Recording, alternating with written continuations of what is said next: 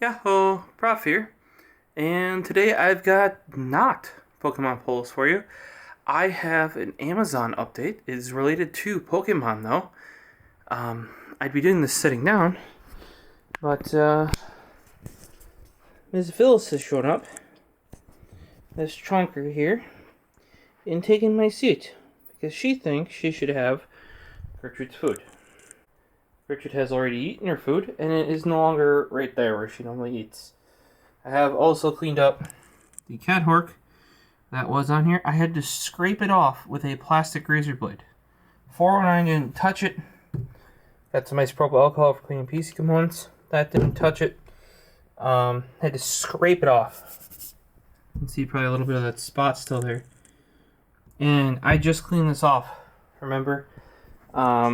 Or maybe you don't remember, but I just cleaned this off and wiped the whole thing out with like 409 when I physically cleaned it off and out and stuff.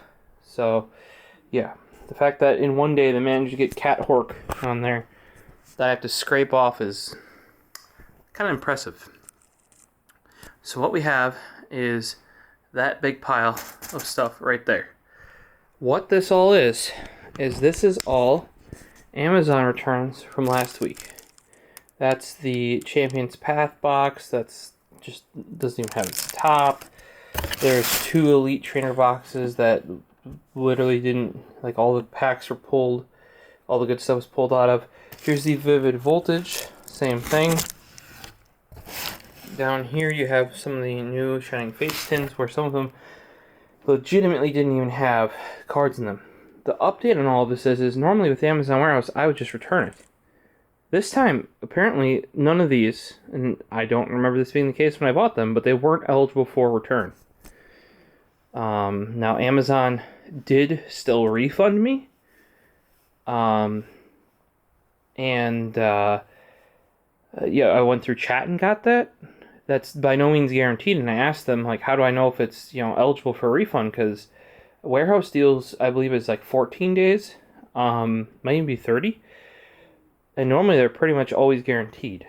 So, but apparently these are no longer eligible. And I'm wondering if they're finally catching on to this Pokemon nonsense where people are, like, just ripping them off by opening up all the packs and sending it back. But either way, I would now, if you're doing Amazon warehouse stuff or even just Amazon Pokemon stuff, make sure it's eligible for return.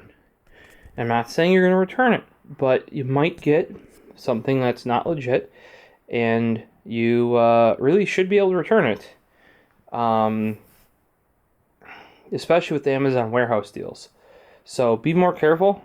I haven't ordered one since I've run into this, but hopefully this also points to Amazon possibly cracking down on returns. As in realistically, they should be eligible because we all know especially third-party sellers, either weigh them or repackage them, or it happens. So you should be able to return it, as long as everything's there that you sent it with, etc. Or especially if it's not opened. I, in this case, always have videos since I open everything in front of you guys, so I can show evidence. And I asked them if they wanted that, but they did just give me my money back. So now I need to figure out what I should do with all of these useless Elite Trainer boxes, essentially, in tins. Because in some cases, they don't even have any cards in them at all, or when they do, it's garbage. So, just an update. And I went over this with them, like, hey, I didn't buy anything that said it was missing anything. It was always like damaged box or open box and it's all there, that sort of stuff. And that's why I still did get the refund.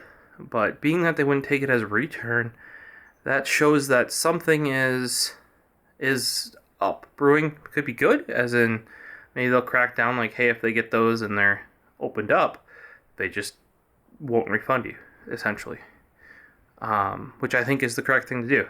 Is, if Pokemon packs are opened, shouldn't take the return. Now in this case, if I take Amazon warehouse deals and they come opened, that's a different thing. Or, That is why, with a lot of this stuff, if it's any at all sketchy, take a picture, even video of it.